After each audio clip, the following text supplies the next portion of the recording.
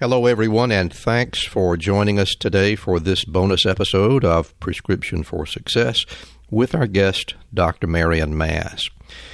When we originally recorded this episode, it was to be part 2 of a conversation that we'll release in a few months from now. But given the crisis in managing the COVID-19 pandemic that we're dealing with currently, and out of respect for the physicians, nurses, and other healthcare professionals that we depend on, we felt this conversation should be heard now. As you'll hear, Dr. Mass will share important information about the U.S. healthcare delivery system and the effect it has on those people.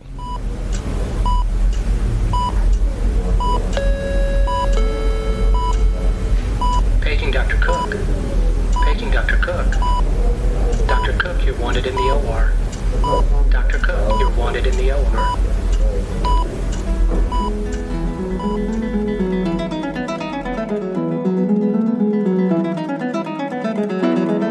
Welcome to the Prescription for Success podcast with your host, Dr. Randy Cook.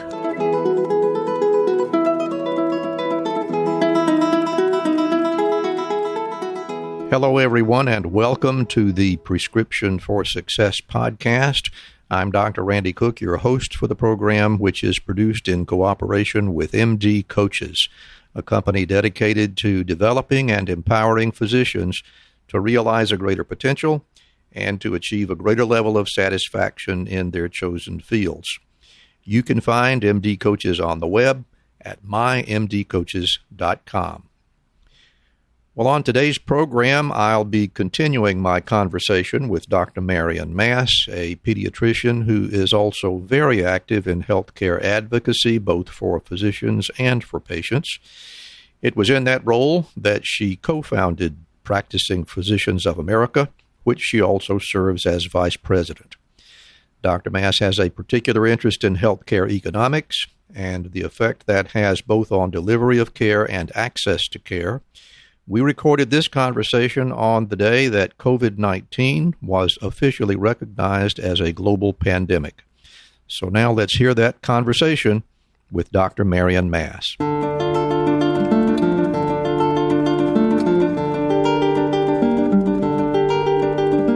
And we're back today talking with Dr. Marion Mass. If you are a regular listener to Prescription for Success, and we hope you are, you know that we talked in a previous episode with Dr. Mass about her journey to success, and we came to a point where we were discussing your special knowledge, Marion, with respect to healthcare economics, and welcome back, by the way. Thanks for being here again. Oh, my pleasure. But we talked about what a mess we have in terms of healthcare finance. Just looking at some of the figures, beginning in 1960 and progressing to 2017, the increase in cost has just been astronomical. In 2017, the cost of healthcare for Americans in total was $3.5 trillion, or $11,000 per person. It's a lot of money. It is estimated, projections by the Center for Medicare and Medicaid Services, it is projected that by 2027, that figure will be $6 trillion, or 19% of gross domestic product. So, Dr. Marion Mass, where is all that money going? Well, how about we just start with what I think is the lowest hanging fruit that's taking up the largest percentage of that money. Can we start there? Let's do. And actually, what timing, I'm not going to say what luck, because it's terrible luck for the whole country and the world right now in dealing with the coronavirus outbreak. It's a very serious issue.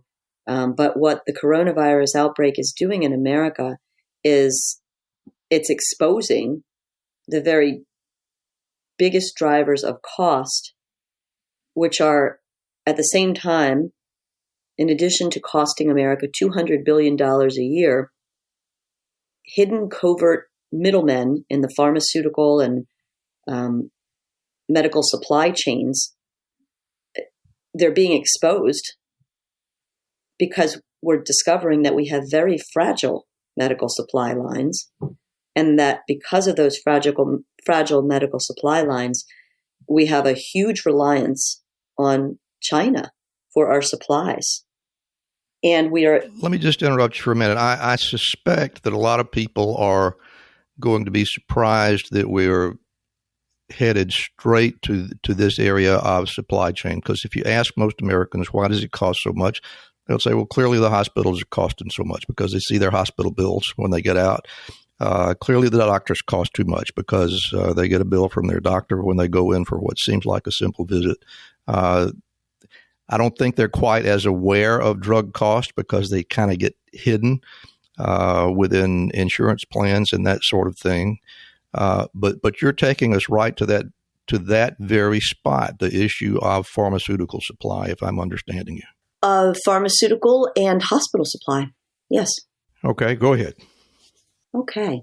So I think what we need to do is, and I know this is going to take everyone some time, and I know it's a complicated issue, but I think it's really worth it for people to understand the pharmacy benefit managers and the group purchasing organizations. Those are terms that are probably unfamiliar to virtually all consumers of healthcare services, and I suspect quite a few physicians are unfamiliar with those terms, wouldn't you say? Well, not anymore, because I actually say now that thousands are more familiar. And I want to tell everyone, don't feel bad. It's going to take you a little while you may even have to listen to this podcast twice, dare I say.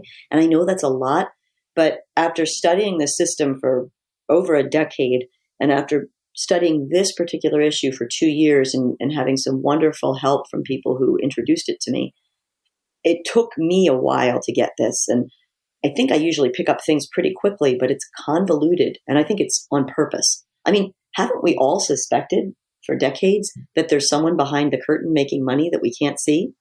Well, it's time to pull back the curtain and discover the group purchasing organizations, GPOs, and the pharmacy benefit managers, the PBMs, who are, 7 companies now in America are making in excess of $200 billion in revenue each on average, and not providing much value.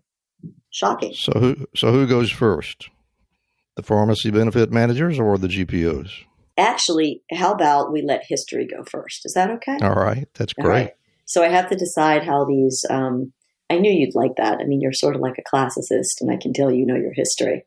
I actually know ancient history better than I know American history, but I know a little bit about the history of these companies now. So in the early part of the 1900s, group purchasing organizations were formed. If you think about things that happened in the early 1900s, things like, the flu pandemic back then, right?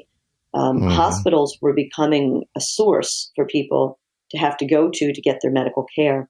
And even back then, hospitals had, a lot of supplies, bandages, bed sheets, bedpans, vomit buckets, you name it. And the hospitals needed almost like a Rolodex of suppliers so that they could get a good deal on their supplies, almost like a Costco for hospitals. And that's what the GPOs were. And then, through the 1900s, if you think about the evolution of medicine and how things changed, we had antibiotics added, right? We had, surgical procedures added. I mean, Randy, in our last episode, we talked about that I went to Duke Med School, and that's the king of surgery training right there. The Mecca, yeah. Yes. I mean, people, the man that was at the head of Duke, Dr. David Sabiston, when I was a med student there, he did the very first bypass operation ever. He didn't get credit for it because his patient was sicker than the other person who got the credit, but he did the very first bypass ever. Think about that. Astounding. So all of these changes have happened in medicine. Surgical procedures where devices were added. You think about cardiac devices and orthopedic devices. All of these changes in medicine have happened. And the other change that happened over time has been that the group purchasing organizations consolidated. And then now we are at a spot where there's 4 big companies, and I'd like to name them because people should know about them. I want you to all remember the names Vizient, Premier, Health Trust, and Intolare. And especially Vizient and Premier, because those 2 are gigantic companies. So 4 companies now are at a spot where they control 90% of all of the supplies that get into hospitals and nursing homes. So I don't just mean the bandages that I talked about. I mean the masks, the gowns, the testing kits. Interesting, right? Let's get back to that later. The testing kits, the drugs. If you need to be hospitalized and need antibiotics, those drugs are controlled by the group purchasing organizations as well. The solutions, salt water, normal saline, bicarb solution, magnesium solution. 4 companies controlling 90% of not just the hospital, but also the nursing home supplies. The big Rolodex used to work as a Costco type arrangement. Now let's take a break from them, but keep those in the back of your mind. Let's tuck them in a corner. Put them in a little package in your mind. Those 4 companies controlling 90% of all hospital and nursing home supplies. Let's put those GPOs in a corner, and let's talk about pharmacy benefit managers, PBMs. Everyone listening will probably be more familiar with pharmacy benefit managers or PBMs because they know the names of the biggest 3 PBMs. They are CVS Caremark, Optum, and Express Scripts. Now, what do PBMs do? Well, they do a lot of things. But one of the main things that PBMs do is they make up the formularies. Randy, do you want to explain what a formulary is? The formulary is the list of drugs that you can have here, whether it be a hospital or in the pharmacy or in the doctor's office or whatever. But there is a list that you can pick from. There may be many generics available, but our formulary carries this and only this. Is that pretty good? Okay, so Randy, let's be a little bit more specific about the formularies, because the formularies you're right, they're the list of drugs that we can use, but they're the list of drugs, moreover, that the insurance company covers. Will pay for. Exactly. Yeah. So they tend, silly us, we thought the doctors picked things, right? And I will tell you, Marion, I actually do have a little bit of historic knowledge in that territory. I don't know how many people remember the institution of Medicare Part D, as in drug, but that was the point where pharmacy benefit managers, I think, began to really feel their oats, because this was a plan to be administered under Medicare where individuals could sign up for a plan to allegedly get their medications at a discounted rate. It was administered completely separate from Medicare. Patients had to pay a premium. I think it was something like $325 a year to be covered under Part D, and then whomever you contracted with at that point would make drugs available from a formulary, allegedly at a discounted price. So this whole explosion of importance of the pharmacy benefit managers, in my opinion, actually had its beginning with Medicare Part D, which was an attempt to make drugs more affordable for Medicare recipients. Oh, yes. You're so smart, Randy. And I'm going to explain in a minute exactly what happened there and how. So the pharmacy benefit managers, they do that. And like later on, ask me and I'll run through my list of the 5 other ways that they make money. But they're obviously making quite a bit of money. I know, there's CVS's on every corner, but you should know that 60% of CVS Health's revenue comes from its PBM. 60%. CVS, the big company, the big umbrella company, has CVS Caremark. Its PBM is a subsidiary. 60% of all CVS's revenue is coming through the PBM. The PBMs are cash cows. Cash cows. We'll talk later about how. That's a big surprise to me. I've always been under the impression, or had been up to now, under the impression that CVS and the big box drugstores were making their money off toothpaste and things like that. But no. I was too. I know, but you have to dig. And by the way, there's an article I published on MedPage today on February 10th, 2020. It's called American Healthcare Increasingly Corporate and Rapacious. And this goes through all of that. So if anyone feels like, okay, I'm done listening to the voice of this woman and Randy, I'm done listening to the two of them talk, I'd rather read something, then you can include this when you put out your the podcast. That would be great. Indeed, we will. Yes. All right. So now let's get our group purchasing organizations, our GPOs, back out of their box and put them next to the PBMs. So in your mind, everyone who's listening, I want you to visualize 4 big companies, GPOs, make the word GPOs and put it right there. And then those 4 big companies, including Premier and Vizient, and then take PBMs and those 3 big companies, CVS Caremark, Optum, and Express Scripts. Have that picture in your mind, and maybe I'll make a graphic for you to share too. That'll be nice. That'd be great. Yes. Can I go on a news show and do this? That would be fun. Super fun. I'll go in my bathrobe. I'm recording in my bathrobe right now. It's got little rubber ducks on it. I'll send you a picture. All right. So now let's take these companies.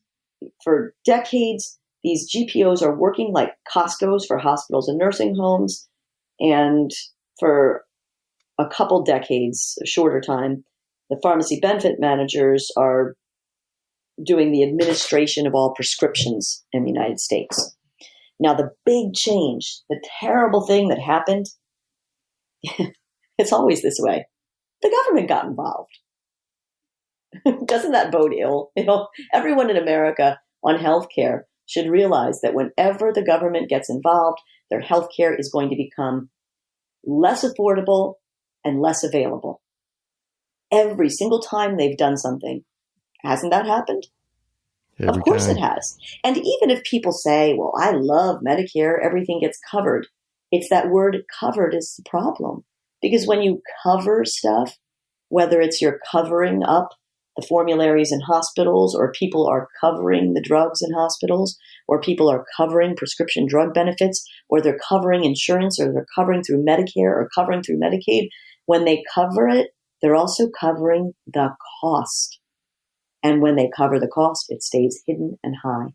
So let's get out those boxes, GPOs, PBMs. In 1987, tucked inside the 87 Medicare-Medicaid Patient Prescription Act was a statute that most people didn't know about. I didn't know about it. I was busy studying healthcare reform for 8 years until a gentleman named Bob Campbell, an anesthesiologist from Pennsylvania, very, very smart man, told me all about this. And Randy, I felt stupid at first. I mean, I felt like I needed like sock puppets to explain this to me. Like it took like 16 conversations, and I think I got it now, but it's very hard to understand. But I will tell everyone in earshot, understand this and push to repeal the damage done in 1987, and we will be well on our way to making healthcare much more affordable for all of America. We will be saving America $200 billion per year plus. We will be ramping up manufacturing in the United States. We will restore choice and competition, and we will be exposing some of the most rapacious industries that have ever been known to haunt the Washington, D.C. miasma and to hamper the United States medical system. I don't say that lightly.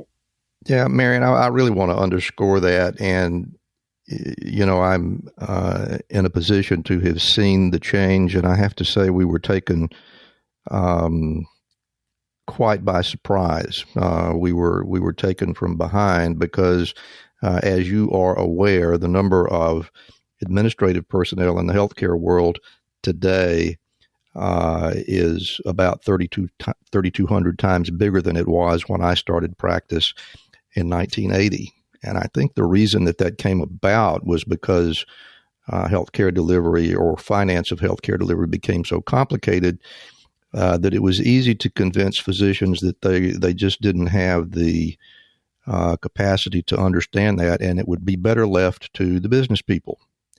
And we gave up control of our hospitals and in many cases even our private practices to people that went to business school rather than medical school, and they were supposed to be smarter than us. And I would like to make the case, I think you're making the case, that anybody that can do arithmetic is very capable of understanding these things, and they should, starting right now, begin to educate themselves because these things are extremely important. And I apologize for interrupting you with that speech, but I just think it's extraordinarily important that people understand that. Oh, I agree. And I think you're 100% right. So I do tell people, yeah, you know what? We are at fault for physicians for allowing everyone else to control the system. We never should have let it go. But as the system became more complicated and we became more busy, and, it was really hard when, my husband and I were two young physicians having a family. I wasn't involved back then. God bless the young physicians I know around this country. I know many young physicians that are getting involved, and I tell them all the time, thank God for you. We need you. And, for the older physicians, I think they honestly thought to themselves, well, this will never happen to us. And then, of course, there's some of them that just thought, well, I'm here to make money. And then there's plenty of them that sold out and became, directors for the various industries. And those people are, well, anyways. I can tell you that I and many others simply thought that by freeing up business management to people who like to do that sort of thing, we would be freer to practice medicine. Little did we know what we would actually be encountering. So we dropped the ball. I'm going to say my generation dropped the ball, but my goodness. And Randy, our patients are paying dearly. They're paying with increased costs, with reduced access, and in many times probably their lives. I mean, we've had the U.S. Mortality has dropped slightly. Infant and fetal mortality is high. I can explain why I think part of. And, people are saying there's medical mistakes, but, when all of this takes over, it's kind of easy to make medical mistakes in the light of all the paperwork and all else that we have to do. But let's get back to those PBMs and GPOs and that Sentinel event, 1987, Medicare, Medicaid, Patient Protection Act, stuffed like they always stuff the sausage. Stuffed inside that act was this little known statute called the safe harbor. And it shouldn't be called a safe harbor. I've said it on other programs. It should be called a pirate's plunder. It was a safe harbor to allow those group purchasing organizations, the four companies now which control 90% of all hospital supply and nursing home supply, it is allowing those four companies to be able to take money from the suppliers. Well, that's a kickback in any other industry, and it's not allowed. That's exactly what it is, yeah. Yes, they have a safe harbor for kickbacks. My Lord. Now, if you want to go on to, there's a fantastic graph, I'll share it with you too. You can take a look, and of course you realize, I believe that the durable goods in hospitals run, I think, about 20% of the total hospital costs.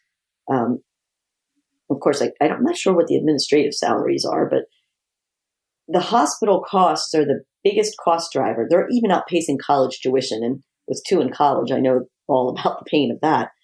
But the cost of hospitals are outpacing everything else. They're driving the cost of healthcare. And, as an aside, everyone's talking about these big surprise bills. Well, part of the reason the hospital bills are so high is the cost of the supplies, the medications, the durable goods in the hospital. And part of the reason they're so high is because of these kickbacks. So what happens when you have kickbacks as you well know, anyone who decides they want to get in on the market, get in on the racket, is going to pay to have their product put on the GPO's formulary so that they're the ones that are selling everything. And if they pay enough and they become the sole source supplier, well, then are they going to charge a lot or a little if they're the only one making something? They'll take as much as they can get every time. Yes, they tend to do that, don't they? People making money like to keep on making more and more and more. It becomes like an addiction for them. Maybe even a bigger addiction than the opioid crisis, which is a total tragedy. And Marion, if I may, I want to just underscore one other thing with respect to the Safe Harbor Act and that legislation that occurred in the late 1980s. There was also legislation under the title of the Stark Law that made it absolutely illegal for physicians to take anything that looked like a kickback. The reason this came along was because physicians were investing in laboratories and radiology departments, and first one thing and then another, and then they were referring their patients to these facilities, and people said, "Oh, what a terrible, terrible thing! These doctors are taking advantage of everybody. We must stop this." And they made that illegal while simultaneously protecting these enormous corporations that you're talking about right now. And I think it's very important for physicians to understand just how they were duped by allowing anti-kickback legislation to be enacted against them while these enormous corporations were set up to be protected from this so-called evil thing that would be going on. So I'll let you talk for a while now. Yeah, no. And you know what? It is appropriate. Physicians shouldn't be taking kickbacks. That is exactly right. And I don't mean to say it was wrong to make sure that the physicians didn't double dip, but my goodness, look who they protected. Oh, absolutely. Yeah. So these group purchasing organizations got their kickback rights. And then in 2003, the same year that the Medicare prescription drug benefit thing passed, the PBMs had the safe harbor extended to them by the then Secretary of Health and Human Services. And Randy, you brought up before that, physicians, everyone said we can run healthcare better than you. We're businessmen. Here's a cautionary tale, because the head of HHS who did that is a man named Tommy Thompson. He was the former governor of Wisconsin.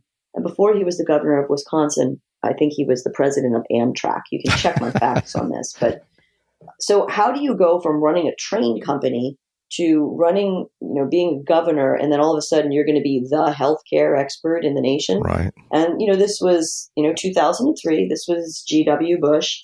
And, I think he was an honorable person in many respects. His father was certainly wonderful. I've met his brother. He's very kind.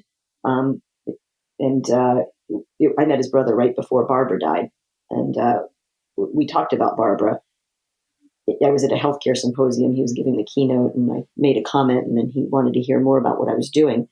And when I spoke to him, I expressed interest in Barbara, she was about a week from her death at that point. And what a woman she was. She really was. Boy, you just talk about, yes. Oh, so the people that take your breath away with their strength, especially after dealing with the loss of a child.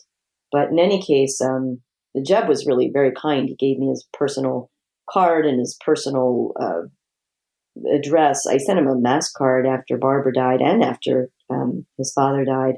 And he responded with a handwritten thank you note.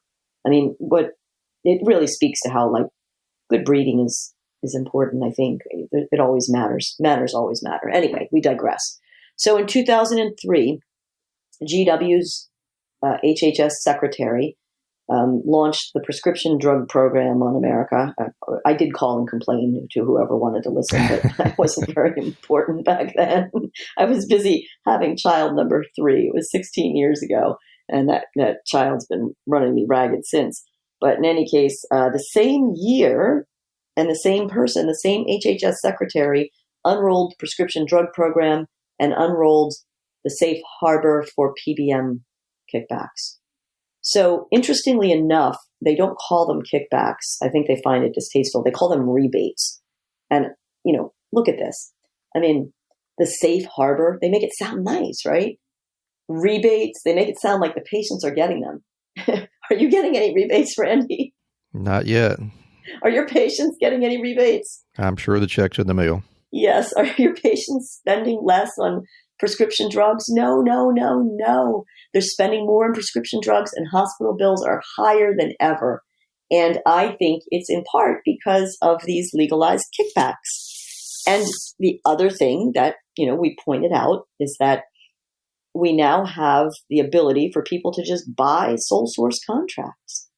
And in a couple years after the 87 safe harbor for GPOs, within, less than a decade after that, we started to see drug shortages. Everyone in America should be asking themselves, why does America have drug shortages? This feels like an episode of the television show MASH. I mean, this one, I'm so glad you're bringing this up, because this drug shortage thing has just been, I just never dreamed that I would see anything like that. So go ahead and tell us how it happened. Well, I mean, if you can get your supply line, and you can take, if you're the pharmaceutical company or the manufacturer of surgical gowns or masks or testing kits of any kind, if you're the manufacturer of any of those, you are going to wheel and deal with the GPOs. And they're probably going to, who knows? No one knows, because no one's seen the contracts. The contracts have never seen the light of day. How do I know that? Because I went to an FDA symposium, and at the FDA symposium, the head lobbyist for all the GPOs, and I'm going to name him. His name is Todd Ebert. And the reason I'm naming him is because every time I write about this issue, he comes along and writes a retraction piece.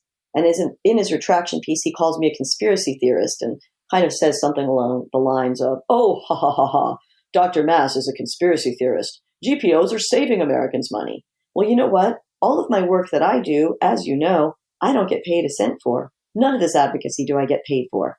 And I have Todd Ebert's 990 on my computer somewhere too.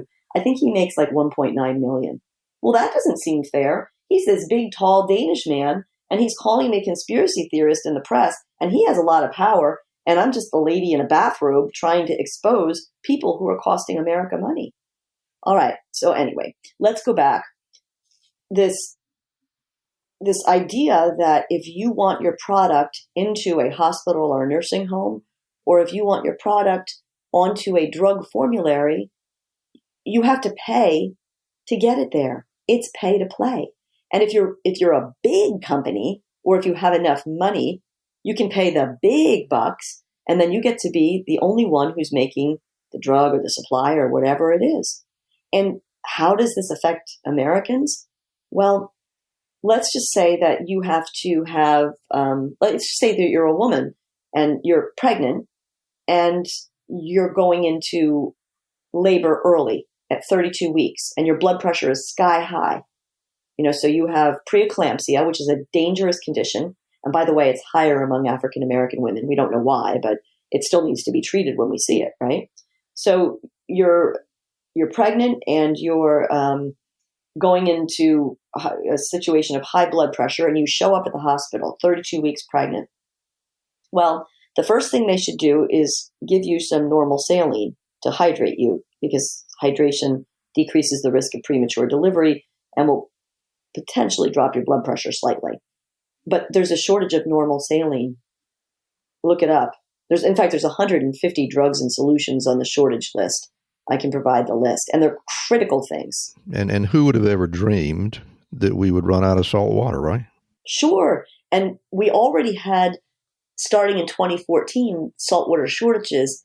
And then in 2017, Hurricane Maria came along and wiped out the Baxter plant in Puerto Rico. And everyone said, oh, this is the reason we have these shortages. But everyone should have been saying, wait a second, why is there only like one plant that's making most of our saline? in the United States? Why isn't there 25 plants making a solution that costs $10 a bag to make, that hospitals, when they get it covered on their hospital bills, are getting paid $543 for the bag of saline? See, when you cover it, the costs stay hidden and high, right? All right, so let's just hope that this woman can get a little bit of saline. Now, if the blood pressure goes high enough, she's at risk for having seizures. She needs protection with magnesium, also on shortage. Now, if you can't protect her with magnesium and you can't stop the labor, then this woman really should probably she should be put into enhanced labor so you can deliver the baby for her safety and the baby's safety. Well, to do that, you need to give her Pitocin. Guess what? It's in shortage, or it's been in shortage. And then you can't give her Pitocin, so now you're going to have to take her to a C-section, aren't you? Which is more dangerous for the mother and for the baby. So you take her to C-section, and my anesthesiologists around the country are telling me their kits that they have to do their spinals are not the ones that they find to be of the highest quality. Well, of course, those kits are put into the hospitals by the group purchasing organizations. So they have a kit that they can't work as well with. So they still have to give her the spinal. The safest spinal anesthetic is called bupivacaine. Well, that's in shortage. So now if you don't have bupivacaine and you don't feel safe, you may even have to put her under general anesthesia, which is way more dangerous for the mother and the baby. And we're all wondering why we have an increased maternal and fetal mortality, especially among African Americans who have high blood pressure problems in pregnancy. I'm not wondering, and I'm actually I told the Pennsylvania head of the Department of Health. I got on a phone call with her and some of her staff and explained this all. I'm waiting for the follow-up. I mean, I know they're busy and everything, but this is a big issue too, and they have a whole task force on maternal and fetal mortality. I'd like to know if I'm hoping that they're digging up data on this. It would be very useful. So I don't mean to be throwing them under the bus. I'm glad they took my call. I'm glad they know about this, and let's hope they do something. And then let's look so now you got 150 drugs and supplies and shortages, and you've heard about some of these stories in the news, haven't you? Did you know that vincristine, a commonly used chemotherapy drug, used to treat pediatric cancers, there was a severe critical shortage of it? Yeah, that one really got my attention. Now, vincristine is actually a drug that's been around since the late 50s, decades, believe it or not, and has been very effective against lymphoma and leukemia. There were a couple of suppliers, as I recall, up until maybe a year and a half ago. And when the currently available, the most recently available supplier was shut down because of manufacturing regularities, the other company had gone out of business. How can this be? Well, because they didn't pay enough to get to be the sole source supplier is the guess. Couldn't afford it, right? Well, but so you could uncover this and I actually called for this in writing when we went to visit the Senate help staff in, I think it was June of 2019. They had their reducing the cost of healthcare bill. And I pointed out we needed transparency for group purchasing organizations. And I pointed out that the very HHS secretary, the HHS Office of Inspector General, can look at the contracts, the kickback contracts, at any time. And he's never asked. So remember I mentioned Todd Ebert, the head lobbyist for the GPOs. So this Todd Ebert said on a stage at a symposium that I went to in November of 2018, I believe. So Todd Ebert said on a stage that HHS can ask to see the contracts at any time. They just never asked. I honestly, if you don't mind me saying, he looked a little smug when he said it. So I think that HHS OIG should ask to see every single contract, not just for the current drugs in shortage, but for all drugs that have ever been in shortage, and not just for this year, but for subsequent years, because if they follow the contracts, what I suspect is you might see something like, this is theoretical because I don't know the numbers, but maybe 4 companies were making salt water, and then the contracts, like the kickback amount went up and up and up, and then 3 companies dropped out, and then we're left with Baxter. Well, that kind of is a little bit of evidence, I think, if it works out that way. Yeah, and you would think HHS would be curious about why this goes on. Right. Now, there are places that are calling for such transparency for pharmacy benefit managers at this point. In my own state, our state attorney general, he's a Democrat, Eugene DePasquale. He's a formidable man, very bright. And this auditor general wants to see those contracts for pharmacy benefit managers in the Medicaid space. And there is a state senator. I'm so embarrassed. I'll look up his name. But he wrote the bill to ask for just such transparency. I want to give him credit. So I'll look up his name in a moment. Ryan Aument, Aument, state senator in Pennsylvania. So I had a wonderful talk with him. And so Ryan's a Republican. Eugene is a Democrat. This is an issue that crosses aisles. So at the national level, a congressman that I think is actually one of the most honorable men I've met in Washington, D.C., Congressman Roger Marshall of Kansas 1st District. He's an obstetrician. And he's only in his second term in Congress. He's actually running for U.S. Senate in Kansas. And I'm very proud to support him by spreading the word of what he does and to be his friend and to have a good access to him. He's a wonderful family man, and he introduced a bill to bring transparency to pharmacy benefit managers. But then these bills get ignored because the lawmakers don't want to do it, and they don't want to do it because the public doesn't know. And I think in many cases, the lawmakers don't know. But it's time for the public to know and then to push on the lawmakers and tell them about it. Well, Marion, my fear is that many of the lawmakers do know, and particularly the ones that have been there for decades and decades. But let's face it, there comes a time when it is in their best interest to do what the people with the deep pockets want them to do. I mean, a person no more visible than Mitch McConnell himself argued for a decade that cigarette smoking had nothing to do with cancer. He comes from a tobacco state. This is just simply the way it works. But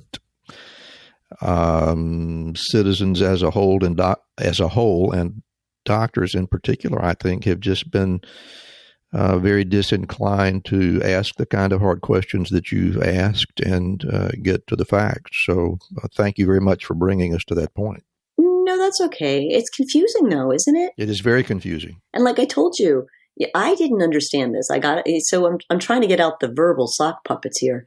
I hope I'm being successful, and we can do it again. And I know you don't like these casts to go too long, so I kind of want to move on a little bit. So now we have all of these shortages, and if you look at the shortage list, I believe about 85 to 90% of the drugs are drugs that are generics and should be widely available with lots of competition. And when you look at them, 90% of them have a single manufacturer, and and then right there, we've exposed. So our supply chain is so fragile. We have to shift a little here, and then we have to explain how our supply chain came to be taken over by, I'm sorry to say, the Chinese, because this is very important. And now the coronavirus is exposing that. So about 50% of the ingredients, they call them APIs, they're the pharmaceutical ingredients. I forget what the A stands for. I have too many words in my head now. Is it okay that I make that mistake? It absolutely is. Someone else can tell me later what the A in API stands for, but regardless. What do you get my age? You won't even you won't remember your own initials. So you do fantastic, please. Yeah, I got good genes. I've got family that's like, they were amazing. So 50% of the APIs are coming from China. And in addition, at this FDA meeting that I mentioned that I went to, our pharmaceutical industry, because they're spending so much in the kickbacks, and by the way, like just to use an example, insulin, you know how everyone's talking about the cost of insulin? Yep. If you look at the cost that the pharmaceutical company is making, it's like a flat line. And if you look at the cost of insulin, it is a steep going upward line. The difference between the two is the kickbacks. And it's about 3/4 of the cost of insulin now is made up by these kickbacks. So America can actually afford insulin. They can't afford the kickbacks. I'm not giving pharmaceutical companies the free pass because there's a lot of little things, we can talk about them someday too, that many of them do to keep their drugs off the generic list. You know, they do something called evergreening, but that's a topic for a different day. I'm not going to give my profession a full pass. Doctors are doing bad things. Pharmaceutical companies everyone's doing bad things. But we have a bunch of people that I think are capable and ready to do good things, which is wonderful news. So anywho, there we were. Pharmaceutical companies, in order to save money, are outsourcing to other companies, other countries, including China especially, and India. So did you see last year, Randy, in the news, there were 2 recalls, losartan, yes, a very commonly used medication for high blood pressure, mm-hmm. and Zantac. I mean, I give Zantac to babies. Both losartan and Zantac were contaminated with carcinogens. Both losartan and Zantac were manufactured in China, where we have no oversight. No. So the product quality is in question, and then the ingredient quality is in question. And then now let's take it to another level. It's not just the pharmaceuticals, but it's the durable goods. I believe it's Cardinal. It's a big distributor. They're a little different than the GPOs and the PBMs, but they announced a recall last month. This was not due to contamination by coronavirus, but I believe Cardinal, once again, we should verify this, but I believe they own a factory in China that makes surgical gowns. Well, they had to recall 9 million surgical gowns. This has done so little. In fact, it's made it very dangerous for our medical system at the time of the coronavirus outbreak. And now, when I just got over telling you that China is making so many of our drugs, and the ingredients for the drugs are made in China, and there's so many things like masks and gowns that are made in China, when the coronavirus comes on, it's cutting the supply lines to the United States. So the doctors on the front lines, the very doctors that have to take care of you with corona, are short on gowns and masks. I'm hearing from doctors that are part of Practicing Physicians of America. I'm hearing that all over America, they are not being protected. So what happens when they get sick? Well, then we're going to have an even worse shortage of doctors and bedside nurses that we already do. You know, our bedside nurses in the ERs and in the primary care offices and the doctors in those places are the front lines for taking care of this coronavirus. And as waves of coronavirus hit across the United States, we're exposed. So the people wearing the scrubs are completely exposed. And the people that should have been getting the masks and the gowns and the gloves and everything into the hospitals, it's the administrations of the hospitals. It's the suits. So if the suits, I don't understand why those suits are not getting up and hollering big time and pointing out the GPOs, because listen to this. You know, if you go and you look among large academic medical centers, I mean, I have here this interesting flyer from the big group purchasing organization Vizient, the people responsible for the healthcare supplies. This is a health system consortium that they had at their CEO executive board meeting. Well, it seems like every academic center in the United States sent someone to this thing, so they must have connections with the group purchasing organizations. I don't know why someone at every academic center and every hospital hasn't figured out this racket. Why am I figuring out this racket? So all of these suits are letting their bedside nurses and their doctors be on the front line, and we're exposed. We're exposed to more sickness at a time of shortage. We already have a shortage of doctor and nurse time. You know that. We have shortages of medications. I just got over explaining that. We're having an exacerbated shortage of medications because of the pharmaceutical ingredients coming from China. We're having an exacerbated shortage of the gowns and the gloves and the masks. And we're about to have a shortage of the physicians get worse because if we get exposed and we get sick, who's there to take care of America? These doctors in the front line need protection. Can I tell you something really scary? Yes, please do. So someone pointed this out. It appears as though some lawmakers know about this. I was told that Marco Rubio, the senator from Florida, was on a television show last night and again this morning. And this morning being, let me point this out to the listeners, this morning being March 12th. Yes, March 12th. And they announced that they've been monitoring the supply chains and 20 different essential drugs that are either produced or source their main ingredients from China. And then they brought up, there's an article, there's something called China's, I don't know that I'll say the name right, Xinhua News, Xinhua, the Xinhua News. There was an article there, and the article was titled, "Be Bold, the World Owes China a Thank You." And the author said that if China imposes restrictions on pharmaceutical exports, the United States will be, quote, plunged into the mighty sea of coronavirus. Wow. Well. That's pretty spooky. Yes, it's quite spooky. And what really scares me about that is that that to me sounds like they're almost threatening to wipe us out. It's terrifying. Well, that individual certainly is speaking in that tone. And, you know, I suppose we should admit that that may not be how the government of China is going to behave. But still, we have to face the fact of what if they did.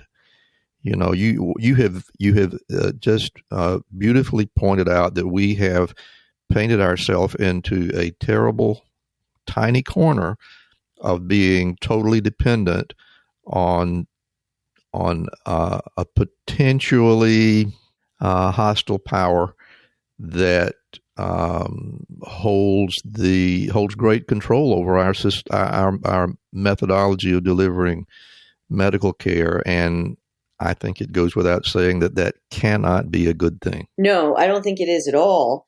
And then now I want to bring back to the coronavirus. You know, we've painted the picture. We already had fragile supply lines. Now those supply lines could be cut. And, you know, look, this was one individual in China. Let us hope there are good people in China that are not sounding like this man who, to me, sounds quite rogue. Let us hope that we have some good relations here and that the right things happen. But so now we have frontline physicians and bedside nurses. And, you know, these are my friends, too. So I'm kind of feeling it. And this is me when I stand in front of a patient. And, you know, we always knew that there was risk of exposure. You know, I'll tell you the story another time, Randy, but I had a positive HIV needle stick in med school.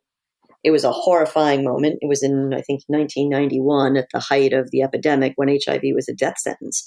As doctors and as bedside nurses, we always put ourselves on the front line. This is no different than it's always been.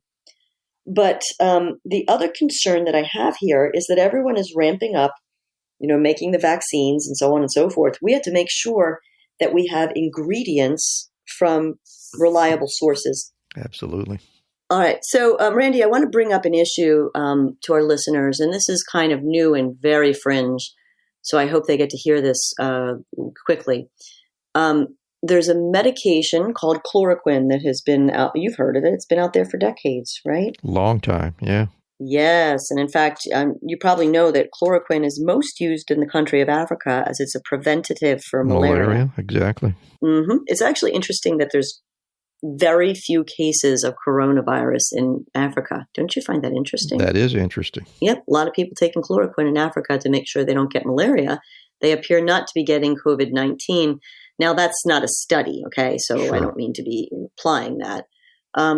However, there's a study out of China, and there's a study out of France, and I believe there might be one out of South Korea, that show that using the chloroquine seems to be effective at treating COVID-19. Now, chloroquine is actually inexpensive, and I think we should be able to make chloroquine pretty quickly. Here's my concern. At least it's inexpensive now, right? Well, right, yes. So here's what usually happens. Let me take you through what everyone may be doing behind the scenes. Now, this is a theoretical, okay? So chloroquine should be a very inexpensive drug. It's not approved for COVID-19. Of course it's not. I mean, COVID-19 is a new thing. So the pharmaceutical company that comes down with making chloroquine may decide that they have to put it on the formulary as a specific indication for COVID-19. And when they do that, they'll sort of gain like a patent type situation so that it will become expensive. There is a way around that, and it's actually to allow physicians who have prescribing rights to be able to use their medical judgment, read the studies, and prescribe chloroquine as an off-label. You don't necessarily have to have a label. You have some studies. We're in the middle of an epidemic, as wasn't it the World Health Organization? What did they call it yesterday? A pandemic? I was not. I've been waiting to hear when they were going to move to the pandemic language, but I haven't heard lately. By the way, everyone in earshot should realize, as an aside, and I know I've done a lot of asides, the World Health Organization owns the rights to the ICD coding. You and I, whenever we do codes, we have to type in, and there's an ICD-10 coding. There's like 60,000 codes. The World Health Organization owns the royalties to those codes. So for every hospital and doctor in America, they have to be able to have books and access to those codes. And that's how we get paid. And the ICD codes. And it gets updated frequently, so you have to pay again. Yep, exact pay again. That's right. So they're taking, the World Health Organization must be getting some cut of that money, or most of it. And then there's like another coding system, just to be clear, the CPT coding. Right, owned by the AMA. Yes, that's owned by the American Medical Association. And of course, if you own those coding systems, both of them, it's a little bit of a conflict of interest, because as insurance companies prosper and make more money, You're going to prosper and make more money. Get it? Absolutely. Interesting, right? Anyways, and by the way, I'm not a member of the AMA, and I know very few doctors who trust them. I do know a lot of doctors who are very good members of the AMA who hope to change the organization from within, but it's not, for me, it is not a place where I find any help in helping to fix healthcare, but that's a personal opinion. Anyways, all right, we were going back to chloroquine. One of the things that could happen is another new medication could come along. And if a new expensive medication comes along, it's going to be much, much more appealing to those pharmacy benefit managers to have a pricey medication. Why? The kickback that they get is a percentage of the cost of the medication that goes on the formulary. So do you want to explain to our listeners what that means? It should be self-evident, I think, and that is if the pharmacy benefit manager is in a position to get a bigger kickback, then it makes life really good for them. Right. They're incentivized to choose a more expensive drug to put on the formulary. And the pharmaceutical company is incentivized to proffer like the expensive drug. I guess they'll make more money overall, but I'm kind of hoping that some pharmaceutical company comes along and does the less expensive chloroquine if the studies bear out that it tends to work. I mean, it's just, goodness. I mean, it's, like that vincristine. There's new chemotherapy products coming out all the time, and they're making a boatload off of them. And vincristine, which works, is cheap and actually not available, and it should be in great availability. Anyway, I think that all of our academic centers, and I mentioned before that there seem to be a lot of administrators, with each academic medical center, a lot of them have an administrator who's also on the board of one of these big GPOs, looks like Vizient houses a lot of them. So I really call on these academics that are on the board to kind of come clean here, and let's figure out together what we can do to shine a light on these group purchasing organization practices. And I call on administrators at the rest of these academic medical centers. And, look, I went to Duke Medical Center for med school, and I trained at Northwestern University. I mean, these are places that are not foreign to me. And there's really good people among the faculty and among some of the administration. I'm not saying that everyone that's there is, a wart. I mean, there's warts and gems in every field. There's physicians that are warts and physicians that are gems. But I certainly think among these academic medical centers, whose frontline doctors and nurses are providing the care for the United States patients on everything, and right now in particular are taking the hits on coronavirus and exposed because of all of our shortages, and are also having to take care of other sick patients, and are now going to have shortages of more medications because of China supply lines being cut. I guess it is a good time to end and to say a couple things, and that's I'm calling on these administrators because they're the ones that really should be getting the testing kits into the hospitals and all of the treatment centers of America. I mean, I don't understand why everyone is blaming President Donald J. Trump and saying he's responsible for not getting the testing kits. What does the president have to do with the testing kits? And in fact, I will tell you that the president's administration is aware of these middlemen. And I had met with one of the domestic policy advisors about 2 years ago and informed them of the group purchasing organizations. They immediately connected me to a surgeon at Hopkins. He's quite famous, Marty McCary, and I'm honestly honored that he considers me a friend. He and I spoke earlier this week, and he's written some fabulous things about coronavirus. Yes, we do need to be prepared. We do need to exercise caution.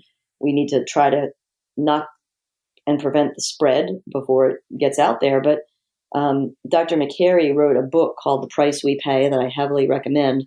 And I told him about the group purchasing organizations. He included them in his book. I was thrilled. He got to several other individuals that know a lot about this issue, and that also I'll give credit to both Phil Zweig, a journalist from New York, and Bob Campbell, again, an anesthesiologist in Pennsylvania.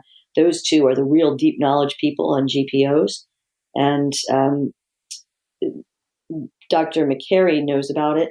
The president, at least some of his administration, is aware, but you have to understand he can't do anything about group purchasing organization GPO kickbacks because it was a congressional law. He can't do any executive orders. This is on Congress. Which is right, which is exactly where all of the law starts. And I want to make sure that nobody gets the impression that I'm trying to defend any congressman with what I'm about to say. In fact, I want to kind of throw a barb at him. Congressman, any politician they measure their successfulness by the amount of donations that they can get. And because of some rather unwise legislation in the past, I think corporations are able to spend as much money as they wish on these politicians. And I think politicians accept money without fully understanding exactly what's being bought. And for the most part, it is what is bought, I think, is their ability to look away. They take their money, they get elected, and they stay interested in what they're interested in. The interest needs to be on exactly the kind of things that you're talking about right now. And if they would be interested, they really could do something about it. And I agree with you that nobody in the executive branch is in a position to fix it with a stroke of a pen. It really happens in the legislative branch is what I think you're saying, and I agree. Right. And, how to put it nicely, you're right. I think that one of the problems that happens is now these companies, and I told you they've become very, very wealthy. Everyone blames, the prices of drugs and hospital stays on, pharmaceutical companies are making so much money. If you take all the pharmaceutical companies in the United States and divide their total revenues, they make on average, some make more, of course, 1.7 billion in revenues. Each company makes 1.7 billion. That sounds like a lot. Remember those 7 companies, the 4 GPOs, including Premier and Vizient, and the 3 PBMs, including CVS Caremark, Optum, and Express Scripts. Those 7 companies, their average revenues, 200 billion.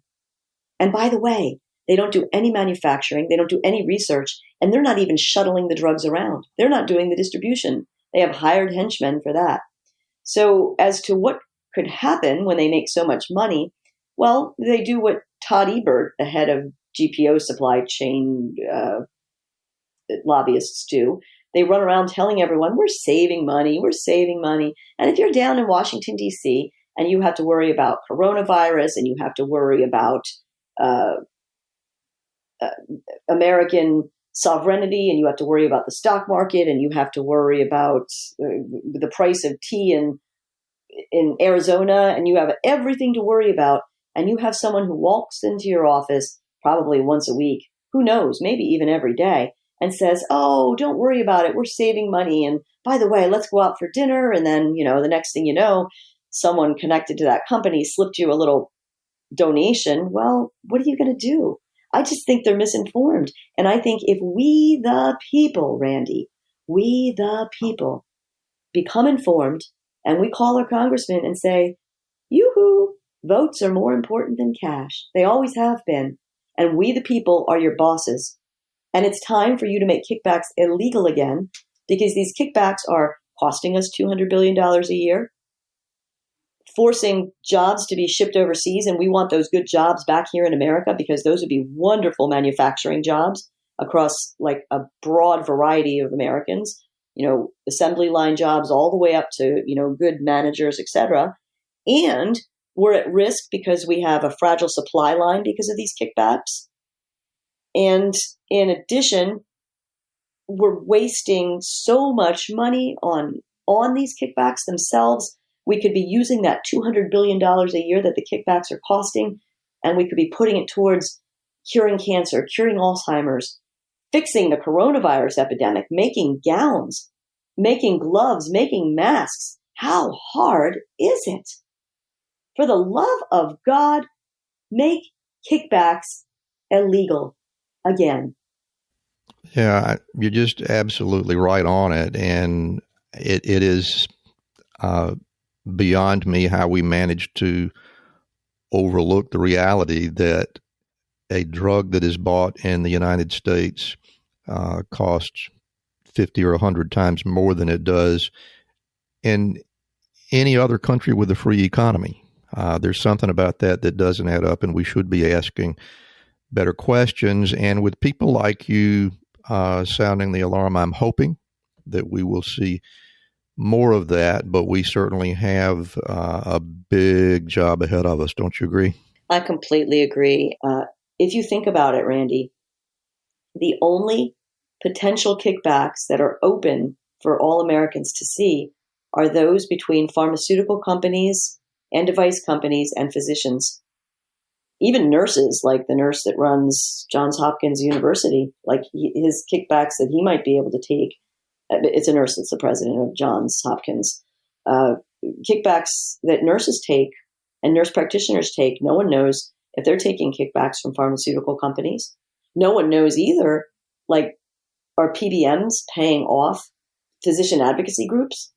I mean, the AMA had a student-led resolution to get rid of these kickbacks, and it never went anywhere.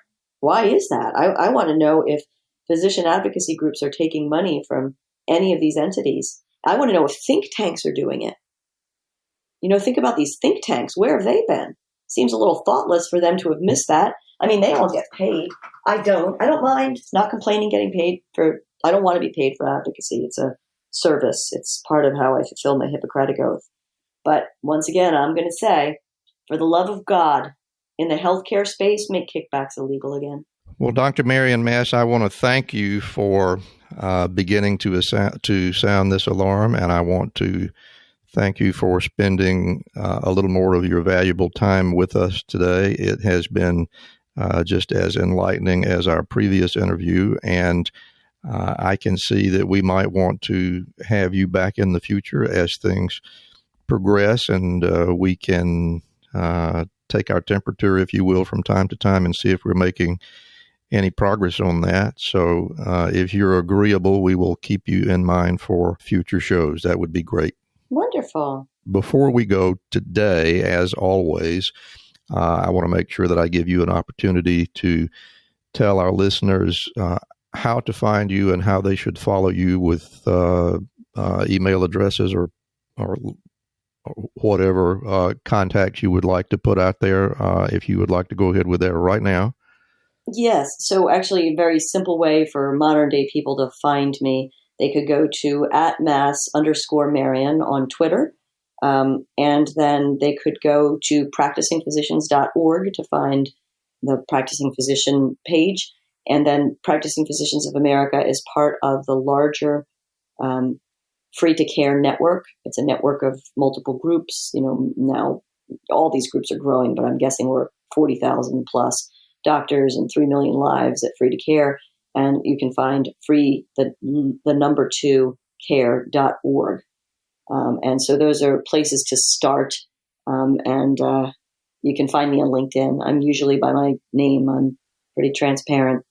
And let's make this happen, America. Let's take back medicine for patients and for the profession of medicine. Thanks so much.